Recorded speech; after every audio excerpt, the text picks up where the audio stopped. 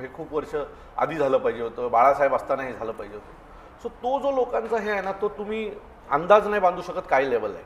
मला वाटतं या निवडणुकीला ते सगळ्यांना कळेल की बाळासाहेबांनी काय पेरलं होतं आणि ह्या दोघा भावांच्या पाठी महाराष्ट्रातली मराठी जनता कशा प्रकारे उभी राहते.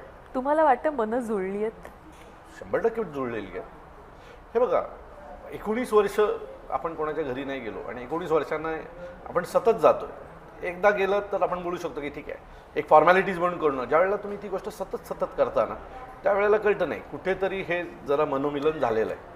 सो काही दुश्मनी, त्यांची काही दुश्मनी ह्याची नाही आहे ना, राजकारणातल्या काही गोष्टी होत्या त्यातून मनं दुखावली होती.